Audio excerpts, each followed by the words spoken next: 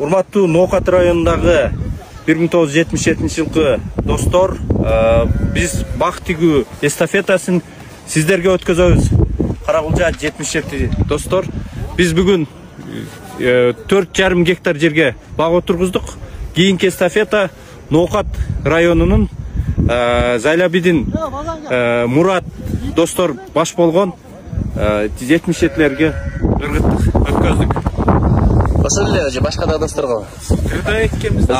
Өзгөндүк, Нуркамил, Союз достор, сиздерге дагы ушул бак тигүү эстафетасын өткөзүп атабыз. Жол жобосу кандай? Акча топтошот?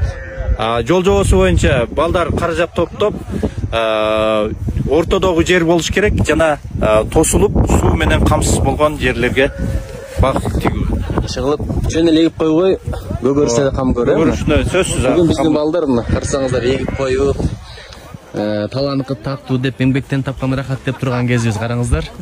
Ошон үчүн мына жаңы көчөттөр, жаңы эгилген көчөттөр. Кудай буйруса, көктөп жакында мына алманын, жаңгактын, өрүк, кара жыгач, бадам түрлөрү, бадамдын түрлөрү, ар түрдүү сорттору эгилди. Кудай буйруса, ушул жер чоң бир токойго айланат деген жакшы ниетибиз бар. Анда эмесе, эстафетаны кабыл алыңыздар. Көп тириксөгөл болот, Жашыл Кыргызстан. Бир адамдан 3 көчөт.